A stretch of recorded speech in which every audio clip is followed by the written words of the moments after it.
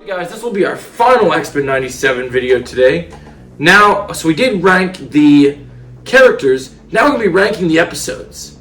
So, I love this show, and I think each of these episodes has their own right to be on this list and where they're on this list. But I think we still need to talk about why they are where they are and kind of how that all fits together. So, coming in at number 10 on our list, we have the Jubilee episode, where it's structured like a video game. It was a weird episode, but it was very cool to see Jubilee. I liked how they flourished her relationship with Sunspot. I liked how she got to defeat the bad guy. I liked seeing her future version, especially after meeting Jubilee, voice actor, for the finale watch party. So I definitely think that held a very good place, and I was very happy with how that was handled in terms of the character. Next up, got number 6. Okay, number 6 on... So number 9 on our list is episode 6.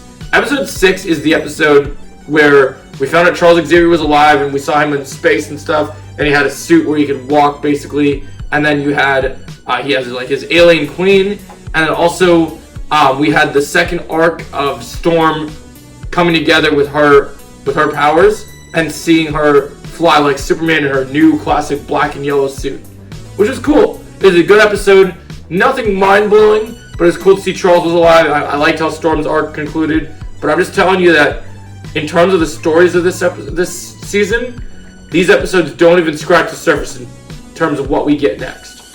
Coming in at number 8, I got the very first episode, To Me, My X-Men. Now, it was great seeing Cyclops lead the X-Men.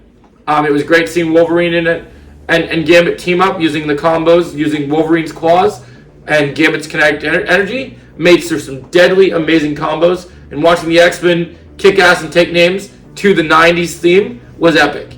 And it was a great episode. Loved seeing Cyclops battle thugs in hand-to-hand combat.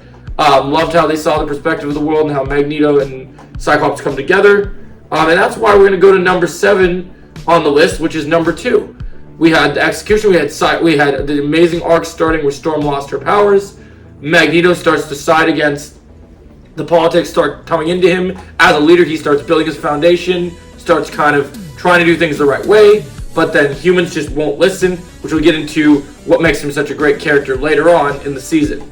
But yeah, I'm pretty happy with this. I think episode 2 is I think number 7 is a good place for it, because the first couple episodes, well, this show only gets better over time, and as it builds through a story, I think these episodes are handled very well, and I think they did a great job in terms of where we stand with them.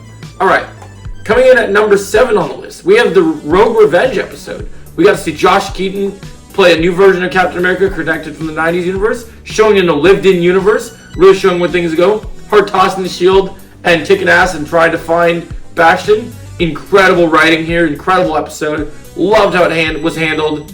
I thought the episode was very well done, and I do think that it is a good episode, which is why it gets placed at number 6. Now, these top 3, these next 5 episodes I consider to be the pinnacle episodes of X-Men 97, the very best episodes of the show, and I'm going to explain for each episode why they're the best episodes. Alright, coming in at number 5, episode 3, the Madeline Pryor Goblin Queen episode. This episode was great, okay? It had mature themes, it dealt with love, betrayal, romance, Shining vibes, horror movie stuff. Morph had some great comedic moments in it. Everything was great. I just thought they handled it super well. The fact that we're on Disney Plus, you can see a scene where Cyclops has to go up against his former lover, and he uses his optic beams, takes off his glasses, and literally slashes Madeline Pryor across the face with his optic beam, and blood comes from her. That's something old Disney would have never allowed. So it shows that Disney's changing, and that this show is so important. I think that they went about this the right way, and they handled it brilliantly. So I love this episode. Coming in at number 4 on the list, we got episode 9. So episode 9, episode 8, and episode 10 are one arc. Now, episode 9 while I do think episode 8 is a bit better than episode 9, I loved seeing the X-Men get their iconic uncanny X-Men suits Loved how each of their costumes look super. One thing about this show that a lot of other Marvel shows I don't think you can say about, because the MCU tries to modernize everything. This show is super comic booky, and this episode proved that, because you saw all the X-Men in their classic costumes. Like, I know we consider the old original costumes we see in the beginning of the show the classic, but that was a classic costume of the 90s. This was a different era of time costumes. Wolverine was wearing the brown and yellow suit.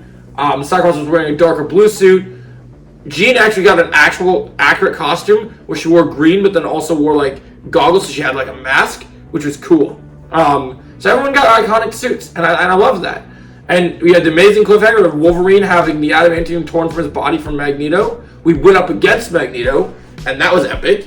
Very classic X-Men. You can't have a good X-Men episode without going up against Magneto. And then you had amazing stuff like I said, the fighting Mr. Sinister using Jean.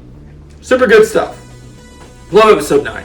All right, number 3 on this list, you got to go episode 8. This episode introduced us, like I said, we talked about a lived-in universe. In this episode, we saw the original 90s Spider-Man.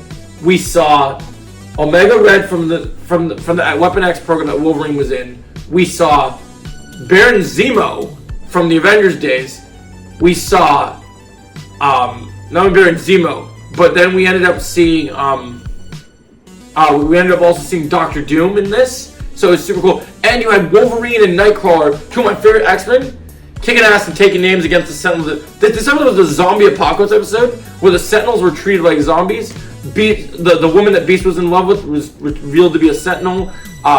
Bastion's plan had come to fruition, and you had all of them doing their amazing thing. And you had each of these X-Men kicking ass against these Sentinels. Wolverine and Nightcrawler tag team. It was cool. Wolverine throws some cool kicks, also using his claws. His suit being torn up is exactly why in episode 9 he got a new suit.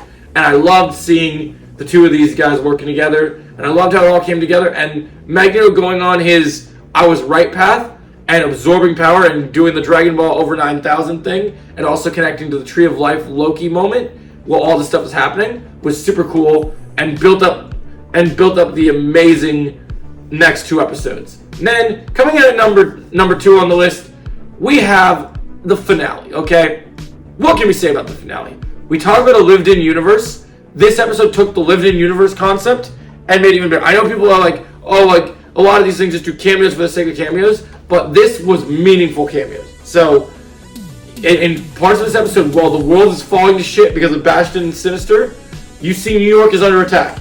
At some point during the episode, you'll see Doctor Strange with a surgical mask doing magic and protecting New York City by the Sanctum. You see Iron Man and Captain America in the 90s universe on the same side of history, representing the government, working with Senator Kelly. Super interesting. Then you'll see in the same frame, you see Daredevil protecting Hell's Kitchen while the X-Men are running around doing their mission. So it's super cool seeing the other heroes represented, seeing them all kind of doing things, and we're seeing a 90s lived-in universe. I loved it. I thought it was brilliant. And then you got stuff like the final duel against Bastion was awesome. Jean using the Phoenix to save her son and defeat Mr. Sinister for good was epic. And then you have the epicness of all the X-Men against Bastion in almost an Infinity War state, where while Wolverine does sit this battle out because he is healing from having literally his entire adamantium skeleton ripped out of him, he needs to regenerate, which is fine because all the other X-Men get this amazing moment to shine up against Bastion. Rogue even punching Bastion in the face and saying, "His name's Remy, remember it," and just it was epic. And then you get to see and then at the same time you have a battle. You have the battle of the minds between Charles and Magneto finally coming together, having this emotional moment between the two of them, realizing who they are. Thought it was brilliantly handled. And then also, not only did we see all these great cameos of these other characters, but we also saw Black Panther, even though I have some things to say about that, because in our next video, we're going to talk about some issues with that version of Black Panther, which we'll get to in the next video, because it was actually Black Panther's father, not actual T'Challa, which we'll talk about next. But, so yeah, the finale was great, and the end credits scene, guys, teased an even more epic Season 2. We're going to see potentially Kang, as well as we'll be seeing Apocalypse, and he'll be bringing death, and Gambit will be coming back as one of his horsemen. Can't wait to see what other horsemen he has planned. So overall, I love episode 10, and it was great to see it on the big screen with the actual actress who plays Jubilee. And if you would have watched it at where I watched it, guys, in this bar, people were going crazy like Endgame in there, man. They were going crazy when Bastion was getting his ass kicked. It was literally like it was literally like Infinity War and Endgame all over again, man. Like, and all the characters, all the cameos started popping up. It was like the Portal scene times 10. It was awesome. So now I think we all knew what was going to be number one. We got to go remember it, okay? Because Gambit's an amazing character. The tragedy of Genosha, the stakes, everything was elevated and raised on a level. And Gambit being this amazing character and going out on a motorcycle wearing a white suit, and he was dressed to the nines, and he went out like a badass. The dude usually shows up with using his kinetic energy, defeats Master Mold with a power move, and saves everyone despite Genosha is lost and Gambit is lost. And his character's sacrifice is never forgotten and never in the forefront of our X-Men's mind. It's the very reason that we're fighting in this show. And it's so brilliantly handled, which is why it's 100% a 10 out of 10 on the list. Easily the best episode of the show. It needs an Emmy. The voice acting is incredible. The emotion put into the voice actors is so good. And the tragedy, so many lives are lost, so many sacrifices, so many storylines wrapped up. Brilliant episode, packed with plot twists. I teared up every time I watch it. It just gets better each time. I love it. So this is my ranking for Xmen 97 episodes. Let me know yours in the comments below. And I can't wait to hear your thoughts. Thanks for watching. All right.